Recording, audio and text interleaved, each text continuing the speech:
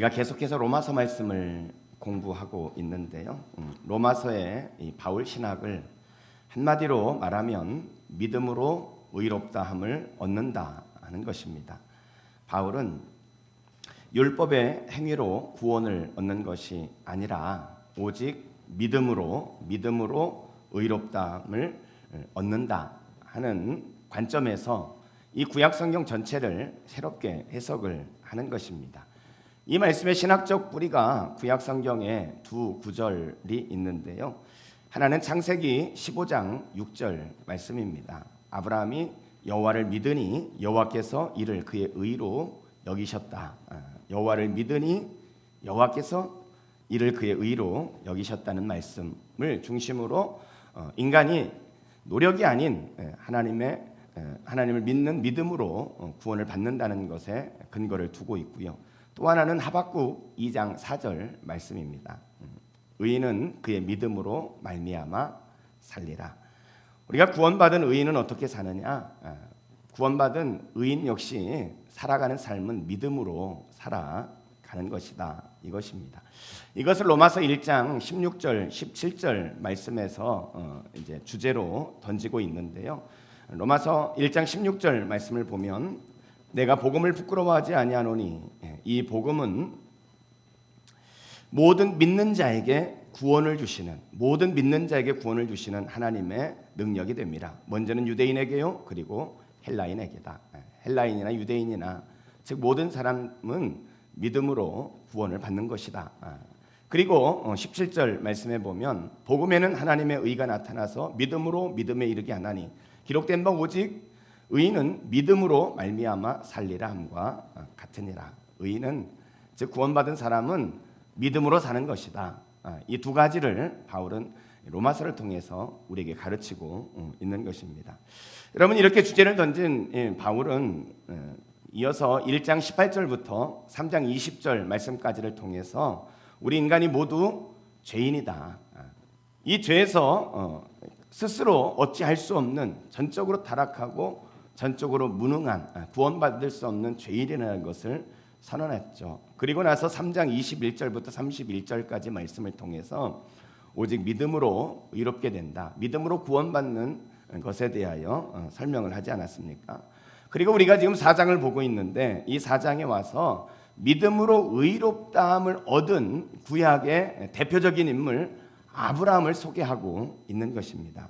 그래서 이 아브라함이 구원을 받은 것은 첫째는 행위로 인한 것이 아니고 그리고 할례를 받은 것으로 인한 것도 아니고 율법을 지킴으로 된 것도 아니다. 아브라함 역시 오직 믿음으로 구원을 받았다. 이렇게 이야기를 하고 있는 것입니다. 그리고 오늘 본문 17절에서 22절 말씀을 통해서 그럼 아브라함의 믿음은 도대체 어떤 믿음이냐 이것을 소개하고요. 그리고 23절부터 25절의 말씀을 통해서 지금까지 이야기해왔던 믿음으로 얻는 구원에 대하여 1차적으로 한번 결론을 맺고 있는 것입니다. 우리 22절부터 25절 말씀을 보겠습니다. 그러므로 그것이 뭐예요? 앞에 있는 아브라함의 그 믿음이죠. 믿음. 그것이 그에게 의로 여겨졌느니라. 그에게 의로 여겨졌다 기록된 것은 아브라함만 위한 것이 아니요. 이것은 아브라함만 그런 것이 아니라 의로 여기심을 받을 우리도 위함이다. 우리도 똑같이 믿음으로 구원을 얻는 것이다. 곧 예수 우리 주를 죽은 자 가운데서 살리신 이를 믿는 자는 다 구원을 받는 것이다. 예수는 우리가 범죄한 것 때문에 내어줌이 되고 또한 우리를 의롭다 하시기 위하여 살아나셨느니라 하면서 이 믿음으로 얻는 구원은 아브라함뿐만 아니라 지금도 예수 그리스도를 믿는 자에게 주어지는 하나님의 축복이라고 그렇게 1차적인 결론을 맺는 것입니다. 오늘 말씀에 있어서 핵심은 이 결론 바로 앞에 있는 이 아브라함의 믿음, 아브라함은 어떤 믿음을 가지고 있었는지 그 부분입니다. 믿음으로 의롭다함을 받은 아브라함의 믿음은 도대체 어떤 믿음이냐는 거예요. 아브라함의 믿음은 도대체 어떤 믿음일까? 오늘은 말씀을 한 구절씩 보면서 우리가 본받아야 할 우리 믿음의 조상 아브라함의 믿음은 어떤 믿음인지 그것을 한번 살펴보도록 하겠습니다. 자, 그렇다면 우리가 본받아야 할 믿음은 어떤 믿음일까요?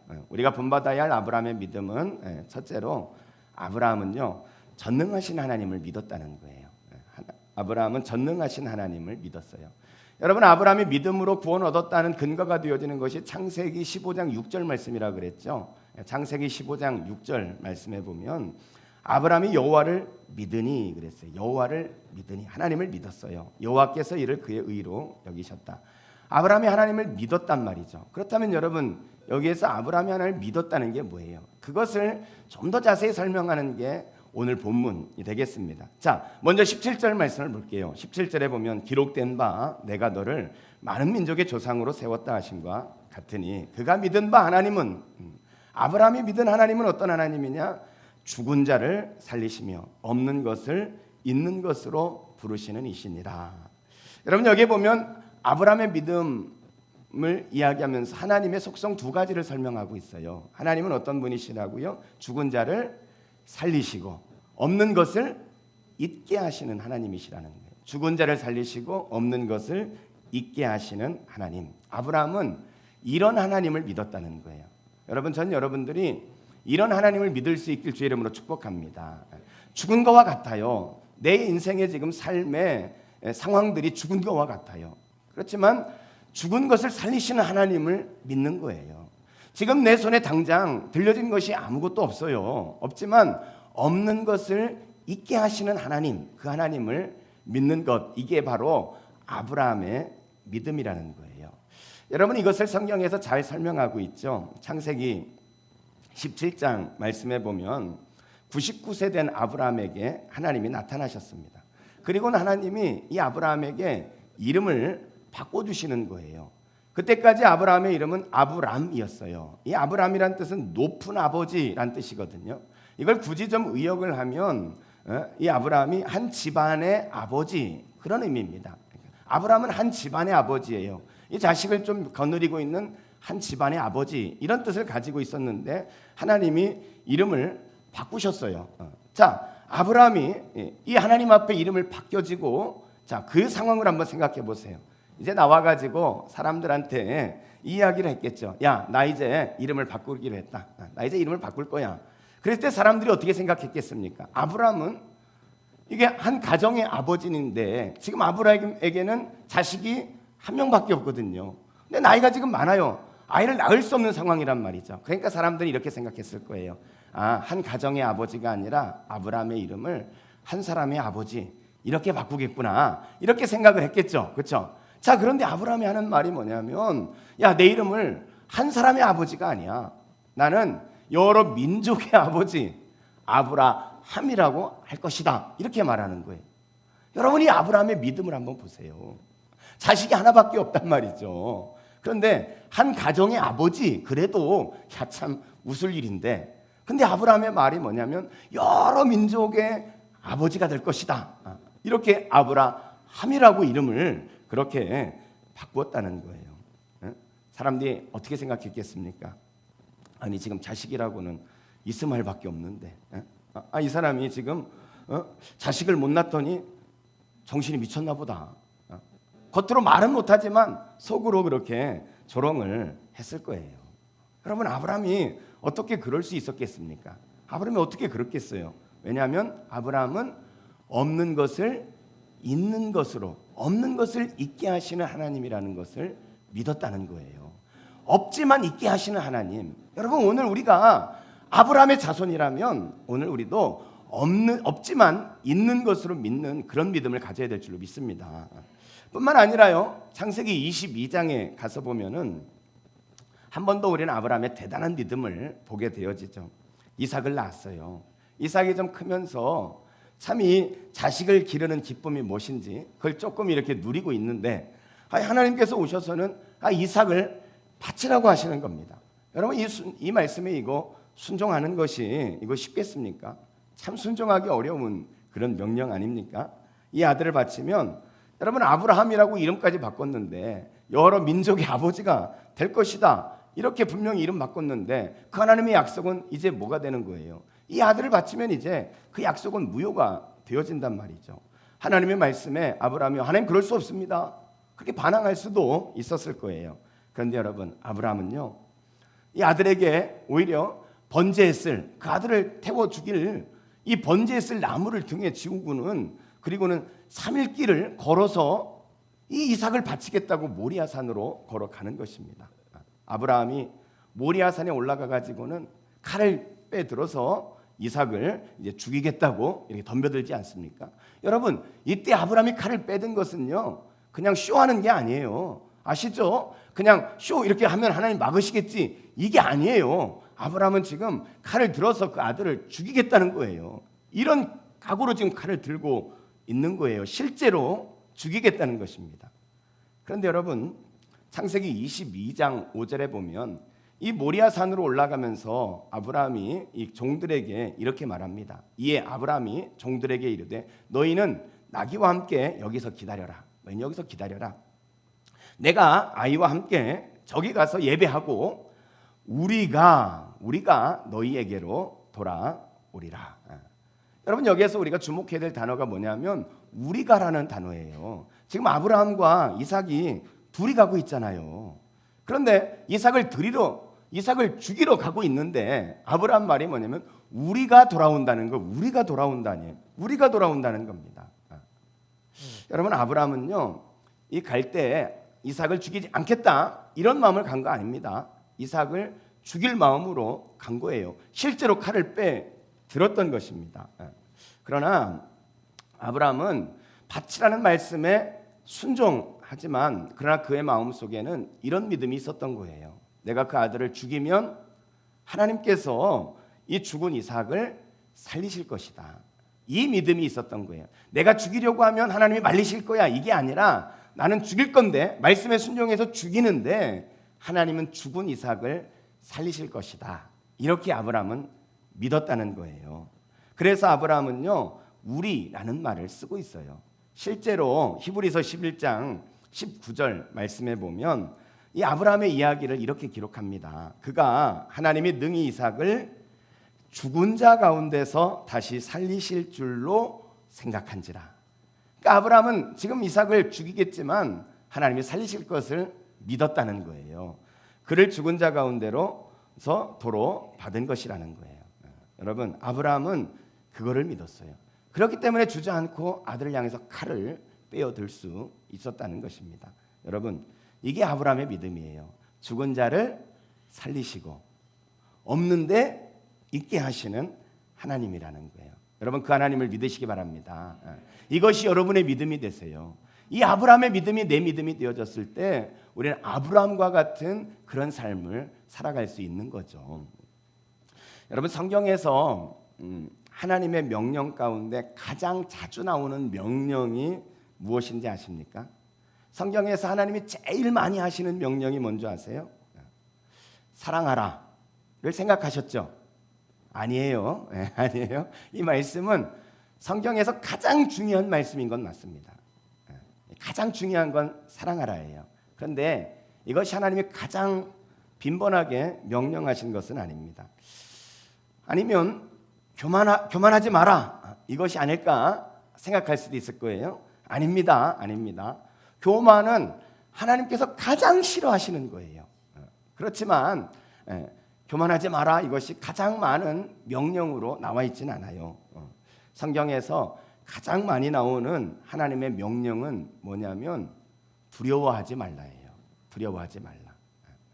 이 공산치하에서 예수를 전하다가 감옥에 갇힌 리차드 범브란트 목사님, 감옥에서 언제 순교할지 모르는 상황에 때론 마음에 두려움이 생기는 거예요. 그래서 이분이 성경을 읽다가 보니까 두려워하지 말라 이런 말씀이 있어요. 그래서 하루는 이 성경 가운데 두려워하지 말라는 말씀이 몇 번 나올까, 이것을 이제 세어가면서 읽어봤대요. 그랬더니 창세기부터 계시록까지 쭉 두려워하지 말라를 생각하고 세어가면서 읽었더니 몇 번이나 나왔냐면 365번이 나오더래요. 그래서 리차드 범브란트 목사님이 그때 이 다리를 탁 치면서 이렇게 외쳤대요. 아, 그렇구나. 하나님은 1년 365일 두려워하지 말라고 365번 두려워하지 말라 말씀하셨구나. 그분의 해석이겠지만 여러분, 그만큼 하나님은 두려워하지 말라. 우리에게 그렇게 말씀을 하시는 거예요. 여러분, 왜 하나님께서 우리에게 제일 많이 명령하고 있는 것이 두려워하지 말라는 걸까요? 왜냐하면 하나님은 우리가 두려워하는 것, 그렇게 사는 게 싫기 때문이에요. 두려워하고 사는 게 왜 싫을까? 왜냐하면 그것이 죄이기 때문입니다. 여러분, 두려워하는 것이 죄라는 거예요. 염려하고 걱정하는 것이 죄라는 거예요. 이해가 안 되시죠? 성경에서 제일 큰 죄가 뭐냐면 하나님을 믿지 않는 게 제일 큰 죄라 그랬어요. 하나님을 믿지 않는 게 큰 죄래요. 근데 여러분, 두려움은 왜 생기는 겁니까? 이 두려움이라는 것은 하나님을 믿지 않아서 그래요. 염려와 걱정을 왜 합니까? 하나님을 안 믿으니까 그래요. 죽은 자를 살리시는 하나님, 없지만 있게 하시는 하나님, 그 하나님을 믿는다면 여러분, 우리가 두려워하겠습니까? 에? 여러분, 이건희 씨가 내 아버지라면 여러분 돈 갖고 걱정하시겠어요? 안 하죠? 근데 이건희가 내 아버지라는 믿음이 없어요. 내 아버지가 아니에요. 그러니까 여러분 돈 걱정하고 있잖아요. 그렇죠? 여러분, 하나님이 이건희만도 못합니까? 이건희 씨보다 훨씬 하나님은 없는 것을 있게 하시는 하나님, 죽은 것을 살리시는 하나님이시라니까요. 이 하나님을 믿으면요 두려워할 게 없는 거예요. 이 하나님을 믿으면 염려가 없어요. 걱정이 없는 거예요. 오늘 아브라함은 죽은 자를 살리시고 없는 것을 있게 하시는 하나님, 그 하나님을 믿었습니다. 오늘 여러분에게도 그런 믿음이 있기를 주의 이름으로 축복합니다. 두 번째로 아브라함의 믿음은 어떤 믿음이냐면, 아브라함은 없는 것을 있게 하시고 죽은 자를 살리시는 전능하신 하나님을 믿었죠. 두 번째는 아브라함은 포기하지 않고 믿었다는 거예요. 아브라함은 믿음을 포기하지 않고 끝까지 그 믿음을 지켰다는 거예요. 18절부터 20절 말씀에 보면 그것을 자세하게 구체적으로 우리에게 보여주고 있는데요. 자, 18절입니다. 우리 한번 18절 말씀을 우리 같이 한번 읽어보도록 합시다. 같이 읽습니다. 시작. 아브라함이 바랄 수 없는 중에 바라고 믿었으니 이는 내 후손이 이같으리라 하신 말씀대로 많은 민족의 조상이 되게 하려 하심이라. 예, 자막의 앞에 말씀을 한번 다시 보세요. 아브라함이 어떻게 했다고요? 바랄 수 없는 중에 바라고 믿었다는 거예요. 그러니까 바란다, 그 말은 소망한다, 그런 말이죠. 소망할 수 없는 상황이에요. 우리의 상황, 지금 형편을 보면은 이건 도무지 불가능해 보여요. 이건 소망이 없어 보이는 거예요. 인간적으로는 불가능한 그런 상황이란 말이죠. 그런데 아브라함은 그럴 때 바랄 수 없는데 바랬다는 거예요. 소망을 가졌다는 거죠. 바랄 수 없는 중에 바라고 믿은 거예요. 소망할 수 없는 중에, 그런데도 아브라함은 소망을 하는 거예요. 그게 아브라함의 믿음의 시작이라는 것입니다. 여러분, 믿음은 그때 필요한 거예요. 그렇죠? 내 힘으로 할 수 없어요. 내 능력으로 안 되는 거죠. 이것은 인간적으로 봤을 때는 불가능한 겁니다. 그럴 때 하나님을 소망하는 것, 이게 믿음이라는 거예요. 여기서부터 믿음은 시작되어지는 겁니다. 바랄 수 없는 중에 바라는 거예요. 99세 아브라함, 여러분 아들을 낳는다는 것이 가능합니까? 안 돼봐서 모르겠죠. 불가능하대요. 불가능하대요. 그렇지만 전능하신 하나님을 아브라함은 바라보면서 소망하고 믿은 거예요. 믿음을 가진 겁니다. 여러분, 이게 아브라함의 믿음의 시작이에요. 바랄 수 없는 중에 바라는 것. 두 번째로 19절을 가서 보세요. 자, 우리 19절도 같이 한번 또 읽어볼까요? 19절 시작. 그가 100세나 되어 자기 몸이 죽은 것 같고 사라의 태가 죽은 것 같음을 알고도 믿음이 약하여지지 아니하고. 여러분, 원문을 좀 더 정확하게 번역을 하면요, 죽은 것 같은 것이 아니라 죽었다는 거예요. 아브라함은 자기 몸이 죽었다는 것, 그리고 사라의 태가 죽었다는 것을 알았어요. 그런데 어떻게 됐습니까? 믿음이 약하여지지 않았다는 거예요. 자기 몸이 죽었고 사라의 태가 죽었습니다. 여러분, 이런 상황이 되어지면 하나님을 내가 바라봤지만 이 상황을 딱 보니까 믿음이 어떻게 되겠어요? 약해지고 흔들리죠. 의심이 생기지 않겠습니까? 그렇죠? 그러나 아브라함은 약해지지 않았다는 거예요. 약해지지 않았대요. 믿음이 약해지지 않았대요. 여러분, 많은 사람들은요 믿음으로 시작합니다. 그렇죠? 그러면 믿음으로 시작했으면 기적으로 하나님의 축복으로 그것이 끝나야 되잖아요. 근데 어떻습니까? 믿음으로 시작해놓고 기적으로 끝나지 못하는 경우가 너무 많이 있죠.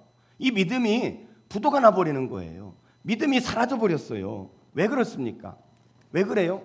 상황을 보니까 이 믿음이 의심이 드는 거예요. 그래서 믿음을 포기하게 되어진단 말이죠. 이 시련이 자꾸만 더 악화되어지는 것 같아요. 상황이 점점점 나쁘게 바뀌어지는 것 같아요. 아무리 기다려도 변화가 일어나지 않습니다. 계속 점점 수렁으로만 점점 빠져드는 것 같단 말이죠. 그러면 이 믿음이 어떻게 돼요? 흔들리게 되어지는 거예요. 믿음이 흔들리다가 결국 사람들이 그 믿음을 포기해버리게 되어진단 말이죠. 그런데 아브라함은 그러지 않았다는 거예요. 그러지 않았어요. 아브라함은 바랄 수 없는 중에 바라고 그리고 그 믿음이 약해지지 않았다는 거예요. 자, 20절을 보십시다. 20절 또 한번 같이 읽어봅시다. 20절 시작. 믿음이 없어 하나님의 약속을 의심하지 않고 믿음으로 견고하여져서 하나님께 영광을 돌리며 하나님의 약속을 의심하지 않고 믿음으로 견고하여져서 하나님께 영광을 돌렸대요.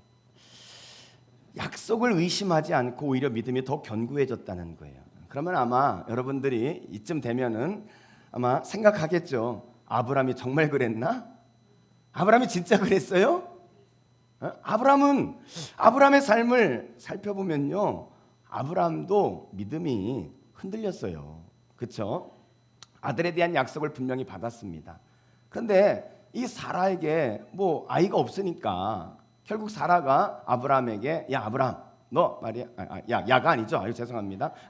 자기 남편한테 아브라함 나는 이제 끝난 것 같으니까 저 몸종 하갈에게 들어가서 자식을 낳아야 되겠습니다. 사라의 믿음이 흔들린 거예요. 근데 여러분 아브라함은 그러면 믿음이 있었습니까? 한마디 거절도 않고 그냥 사라 앞에서는 싫은 척했겠지만 아주 기쁜 마음으로 들어갔을 것 같아요. 아브라함도 믿음이 흔들린 거예요. 믿음이 흔들리니까 하갈한테 들어가서 자식을 낳은 거죠. 여러분 아브라함도요, 시간이 길어지니까 하나님의 약속이 성취되어지지 않고 길어지니까 갈등이 생기고 의심이 들었던 거예요.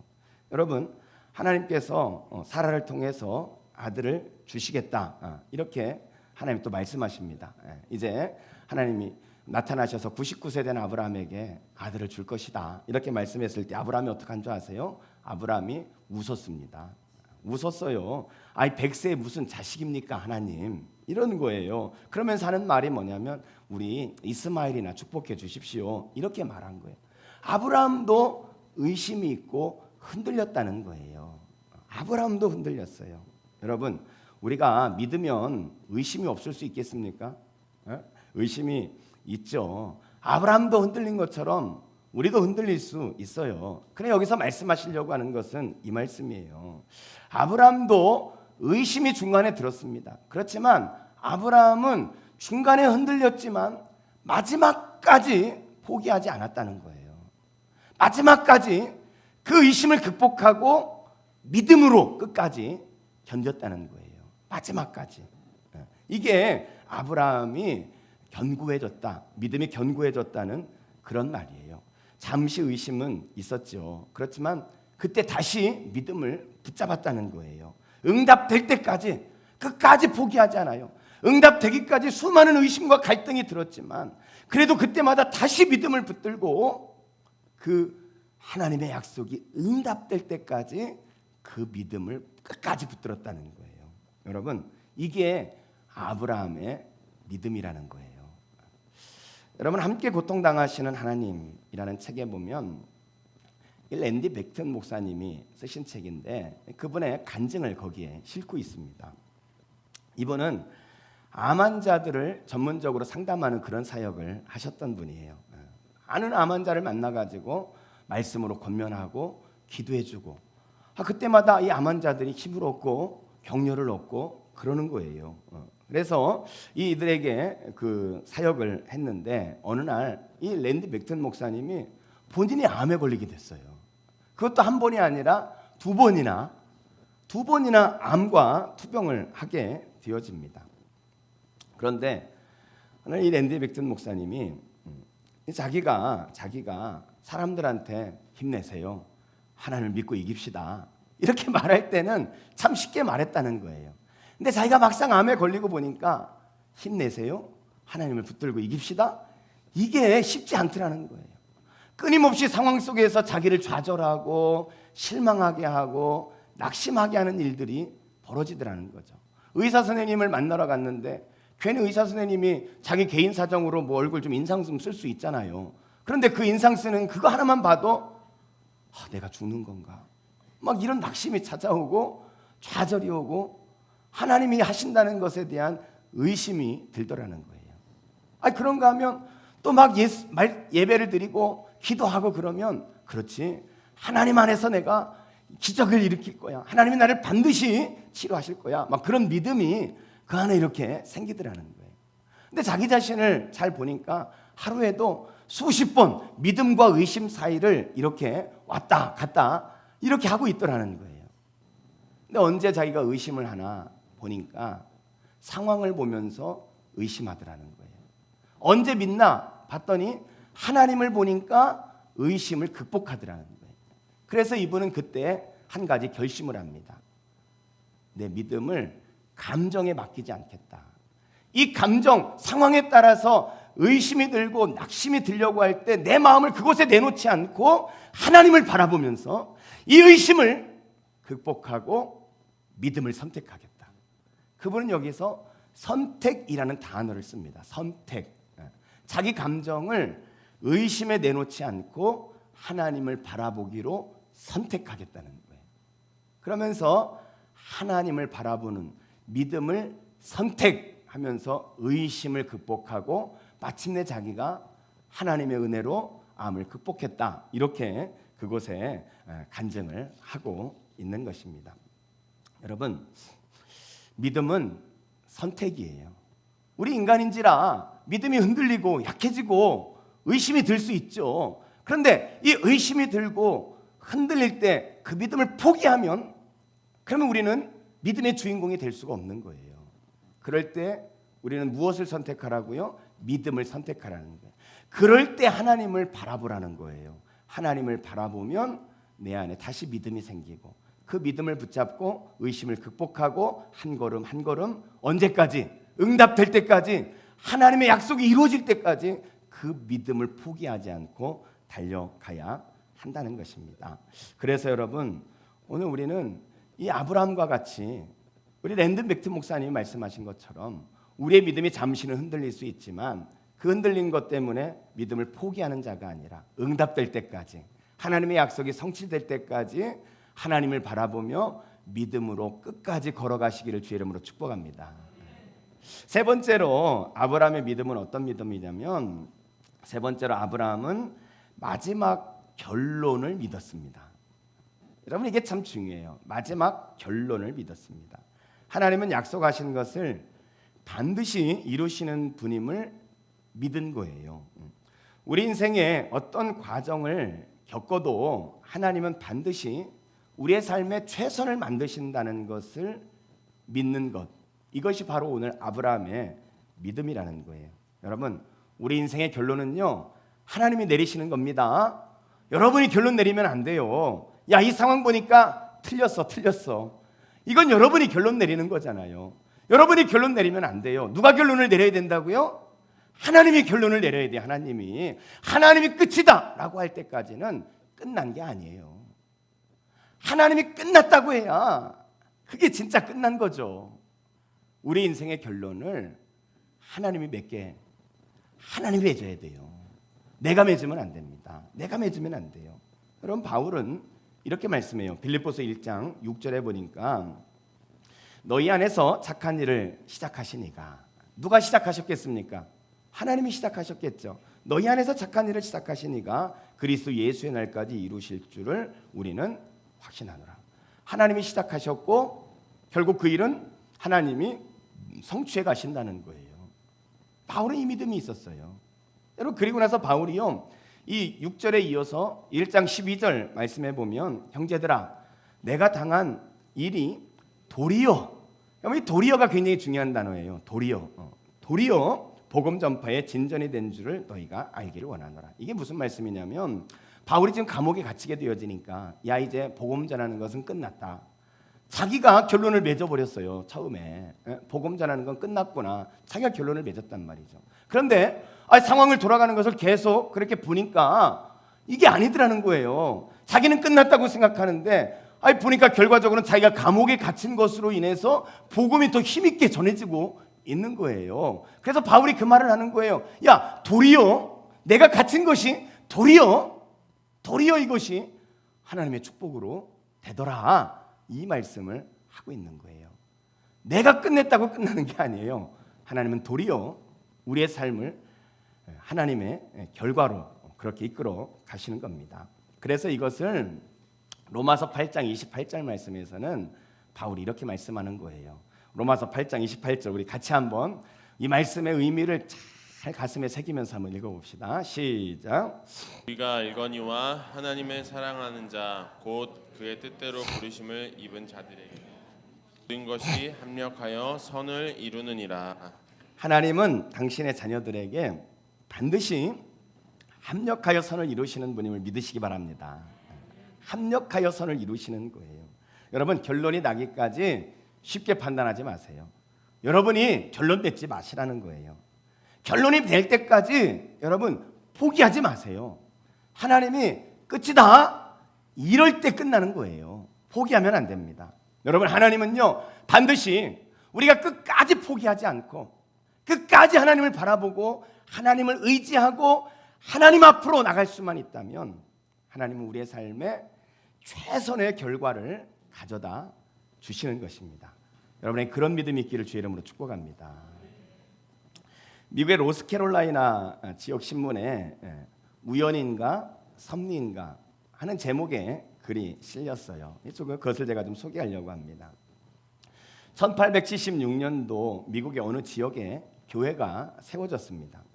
그런데 이 재정이 넉넉치가 않아 가지고요. 이 지대가 낮은 그곳에 이렇게 값이 아주 싼 땅을 사 가지고 그리고는 나무로 겨우 교회를 이렇게 예배당을 지은 거예요. 낮은 지대죠. 나무 집이죠. 그러니 이 내부가 습기에 차고 어둡고 침침한 거예요. 성도들의 마음에 소원이 있었습니다. 뭐냐면 이 교회는 저 언덕에서 이 마을을 내려보이는 그런 곳에 있어야 되는데 하나님이 좀 이렇게 전망 좋은 곳에 좀 이렇게 교회가 세워지면 어떨까 이런 소원이 있는 거예요. 그런데 돈이 없어요. 무엇보다도 이 전망 좋은 땅, 이 땅의 땅 주인이 절대 팔지 않겠다는 거예요. 교회에는 절대 팔지 않겠다. 이렇게 나오니까 이게 참 실현하기 어려운 보이는 그런 문제였습니다. 근데 성도들은 기도하기 시작했어요. 근데 그들이 기도하는데 어떻게 기도하냐면 하나님 저 전망 좋은 땅을 사서 거기에 교회를 지을 수 있게 해주세요. 이렇게 기도한 것이 아니라 엉뚱하게도 하나님 전망이 좋은 저 땅으로 교회를 옮겨주십시오. 이렇게 기도를 한 거예요. 교회를 옮겨달라고 기도하는 거예요. 여러분 있을 수 있습니까? 비현실적이지 않아요? 비현실적이죠. 비현실적이란 말이에요. 그런데요. 얼마 후에 홍수가 났어요. 비가 얼마나 많이 왔는지 이 폭우로 인해서 이 마을 전체가 물에 쫙 잠기는 거예요. 물에 잠겨가지고 나무로 지은 집이 어떻게 됐겠습니까? 둥둥둥 떠가지고 옮겨지기 시작합니다. 이게 옮겨지는 거예요. 놀랍게도 그날 이 나무 지은 이 교회당이 예배당이 성도들이 가고 싶어했던 그 땅에 탁 멈춰버린 거예요. 거기에 교회가 옮겨진 거예요. 홍수가 끝나고 이 땅 주인이 이 교회가 기도했다는 것을 알고는 그 사실을 알고는 야 하나님이 참 무서운 분이구나. 그래가지고 돈 한 푼 받지 않고 그 땅을 교회에 헌물했다는 거예요.